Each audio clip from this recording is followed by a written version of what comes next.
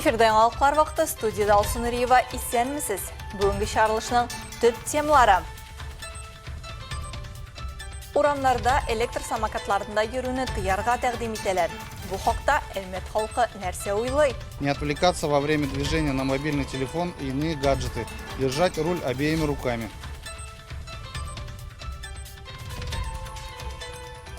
Шиста һәм моторсулыклар. Шарлауыклы буаларны шистарту эшләре дәвам итә. Уважаемые жители, пожалуйста, не выбрасывайте плавучий мусор, любой мусор на водную гладь, потому что это затрудняет работу по очистке каскадов.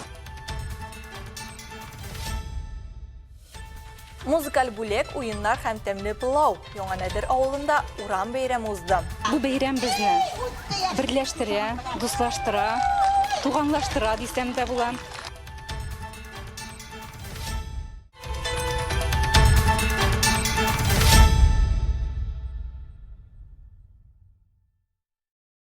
Дәүләт Думасы спикеры Вячеслав Володин үзенең телеграм-каналында сораштыру ачып җибәрде. Аның төп темасы урамнар буйлап электр самокатларда йөрүне тулысынча тыю. Сәясәтче Дәүләт Думасына тиешле тәкъдимнәр килүен билгеләп үтте. Шул ук вакытта ул депутатларның беренче укылышта электр самокатлар йөртүчеләр өчен штраф түләү турындагы закон проектын кабул итүен искәртте. Сораштыруда якынча 75 мең кеше тавыш бирде. Тыю өчен 71% кеше тавыш биргән. Аңа каршы 25%. Шул ук вакытта 4% барыбер дип җавап биргән. Бу хакта Әлмәт халкы ничек уйлый? Алсу Әхмәтҗанов материалында.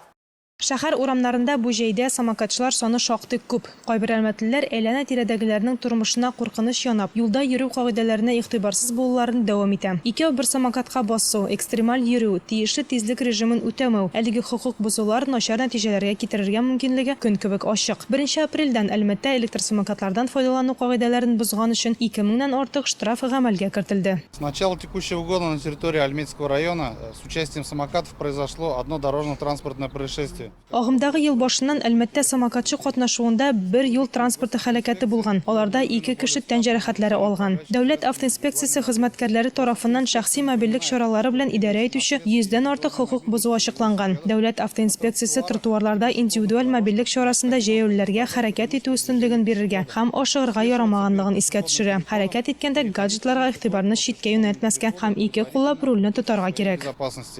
Не отвлекаться во время движения на мобильный телефон и иные гаджеты. Держать руль обеими руками. Самокатны кулланучылар саны арту белән бергә травматологиягә мөрәҗәгать итүчеләр саны да арта, ди белгечләр. Вообще электросамокаты это отдельная тема, обращаются. Гомумән электросамокатта йөрүчеләр ул аерым тема. Алардан зыян күрүчеләр көн саен мөрәҗәгать итә безгә. Көнгә якынча 5-6 кеше, һәм алар күбрәк безгә төнлә килә. Кайберләре айнык хәлдә дә түгел. Җиңел имгәнүләрдән алып операция таләп ителә торган авыр хәлдәгеләрне дә кабул итәбез. Переломов, где требуется операция. Электросамокатта йөрүне тыю ихтималы әлмәтлеләр өчен яңалык. Моны безнең сораштыру аралашу ачыклады. Электросамокатта йөрүчеләр әлбәттә бу тәкъдимне хупламый. Ә менә электросамокаттан файдаланмаучылар бу тәкъдимне күтәреп ала. Очень удобный, технологичный.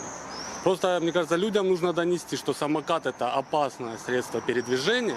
Бик уңайлы экологик транспорт түрі бу. Ләкин кагыйдәләрне катгыйландырырга һәм штрафлар кертергә кирәк минемчә. Тыю кирәкми, бу кешенең хәрәкәт итү чараларына хокукларын кысу гына була. Ущемление прав человека на средства передвижения. Некоторые ездят по правилам, некоторые без правил ездят.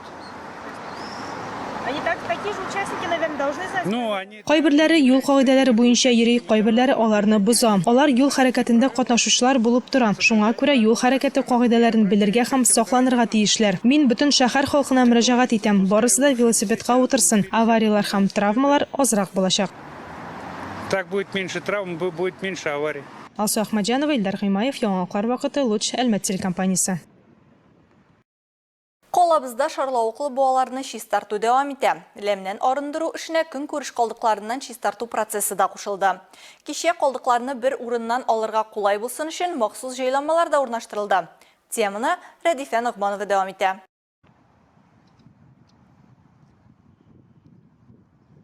Сейчас у нас проводится работа по установке бонового заграждения, тех самых плавучих бонов.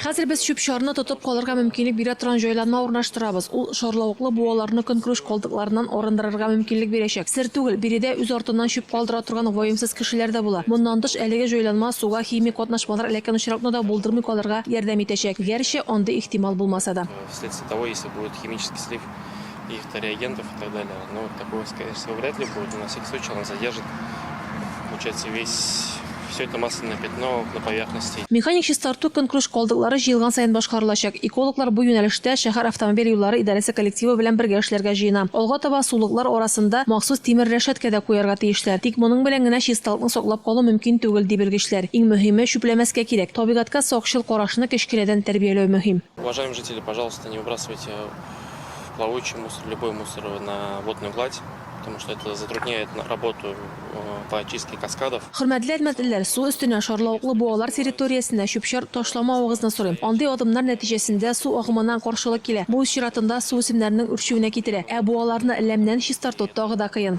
В разы, так сказать, затрудняет нам работу. То есть помимо очистки водной глади нам приходится чистить и водоросли. Сулыкларны ләмнән чистартуда дәвам итә. Бу эш кул белән ай башыннан бирле башкарыла. Шарлавыкның мондый хәлгә килүенә эссе һава торышы да сәбәпче. Мондый чорда су үсемнәр актив үрчи башлый, салкынча булган вакытта су үсемнәр буа төбенә төшеп шунда эшерә. Ә менә кызуда киресенчә өскә күтәрелә. Нәтиҗәдә сулыкларда кислород кими. Бу балыклар үлеменә дә китерергә мөмкин. Әлбәттә инде буалар исләнә дә башлый. Табигать сакчылары калабыздагы шарлавыклы буаларны ләмнән чистарту берничә ел рәттән экология һәм төзекләндерү департаменты җилкәсендә бара дип белдерә. Рәдиф Яныңманова, Гыймаев, вакытта Луч Әлмәт телекомпаниясе. Автомобильләрнең сулый торган һава торышына тискәре йогынты ясауын кисәтү максатыннан ел саен республикада чистый воздух, саф һава операциясе үтә.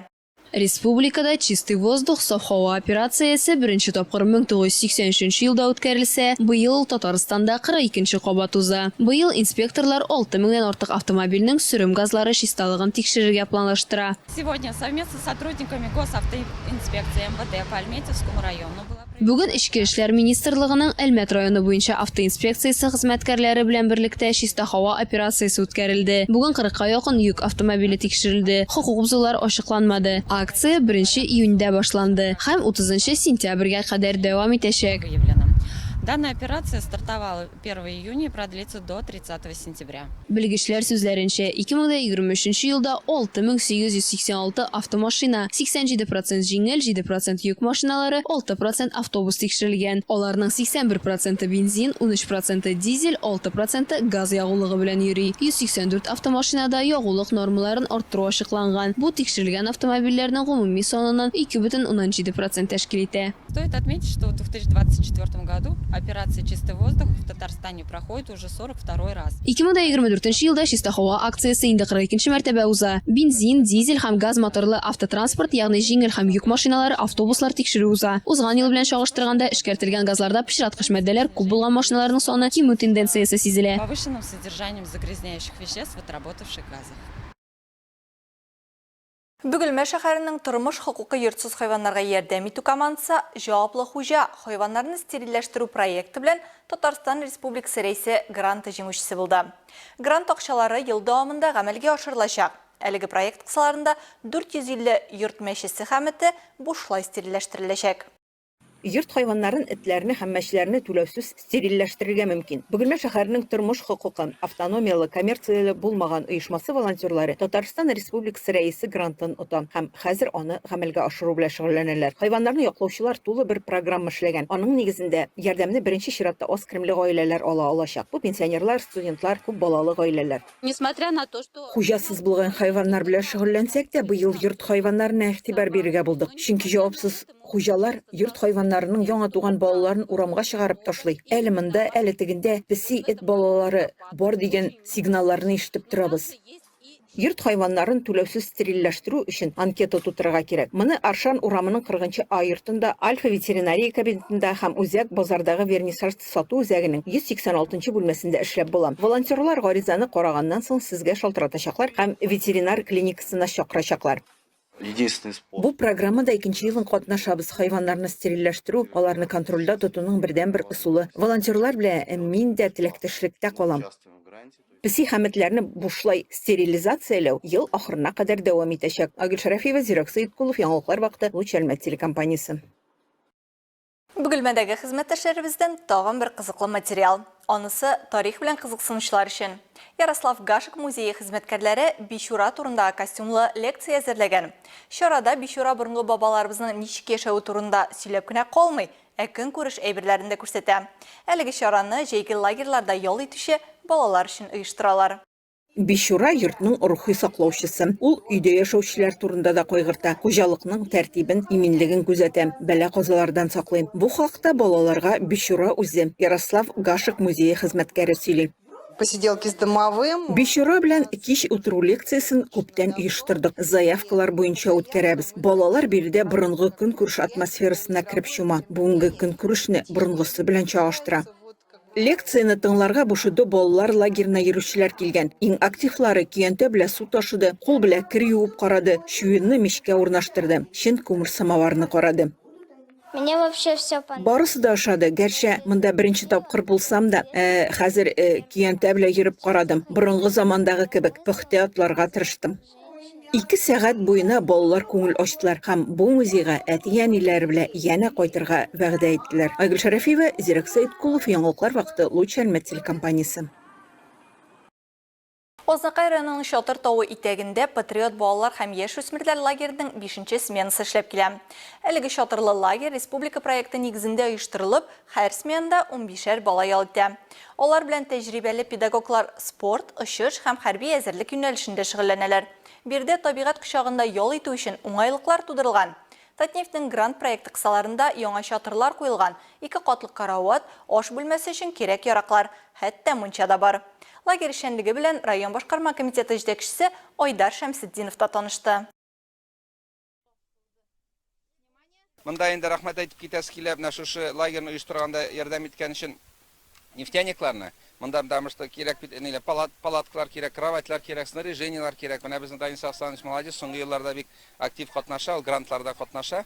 Берсенә шушы Татнефть гранты җиңде ул, бер грантны республика аша җиңде. Шул акчага инде ул алды менә палаткалар, кроватьлар, постельләр, снаряжениелар алды. Шуңа бик зур рәхмәт аларга. Яңа Нәдер авылында урам бәйрәме узды. Әле башланганчы ук авылдашларны быел Куйбышев урамында оештырылган бәйрәмдә катнашырга чакырып, көчле музыка яңгырады. Барлык килүчеләр өчен үз эшчәннәр һәм теләүчеләр тарафыннан музыкаль бүләкләр, уеннар һәм тәмле пылау әзерләнгән иде. Тулырак алдагы минутларда.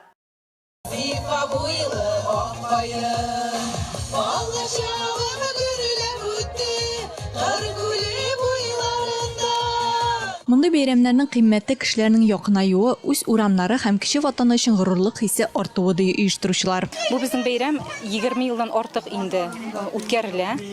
Иң беренче булып ул безнең Речная урамында үтте. Гөрләтеп, матур итеп үткәрделәр аны. Бу бәйрәм безне берләштерә, дуслаштыра, туганлаштыра дисәм дә була.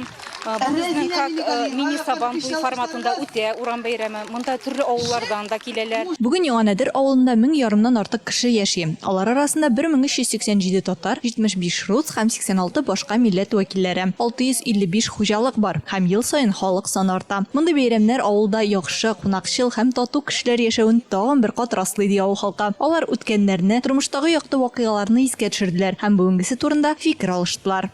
Oğlumuz bugünkü günde Şeşevat'a. Oğlumuz zor olup üstte ikinci Yaңа Nәдер kalkıp çıktı, matur Yaңа yurtlar kalkıp çıktı.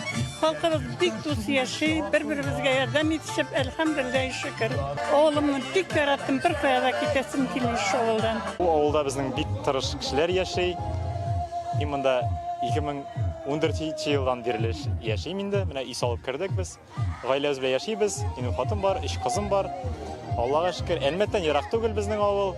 Бик матур, бүтән һәрбер юлда асфальт безнең. Үйләр матур, менә үзегез күреп карасагыз, авыл артканнан арта халкы.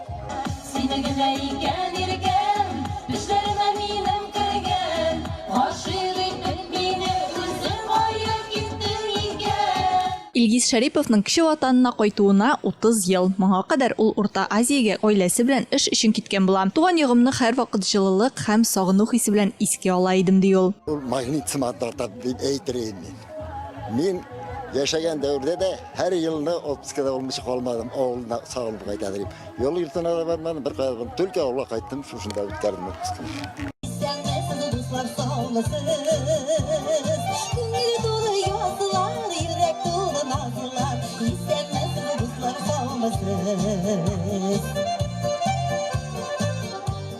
Программа барышында халык үзләренең иҗади сәләтләрен күрсәтте, рәхәтләнеп төрле уеннарда катнашты. Алтын куллы хатын-кызларның үз куллары белән пешергән сый-нигъмәтләрдән аерым өстәлдә әзерләнгән иде. Тантаналы өлештән соң барысы да кайнар пылау авыз итәргә чакырылды. Куйбышев урамында әле бик озак күңелле музыка яңгырады. Кешеләр өйләренә ашыкмыйча җырлады, биеде һәм күңел ачты. Яңа Нәдер авылында халык актив катнаша торган күңелле чаралар еш үткәрелеп тора. Бүгенге урам бәйрәме дә халык хәтерендә озакка калыр. Очрашуның җыллыгы күңелләрдә озак сакланыр дигән теләктә калалар. Алсу Нуриева, Илдар Гыймаев, Яңалыклар вакыты, Луч Әлмәт телекомпаниясе.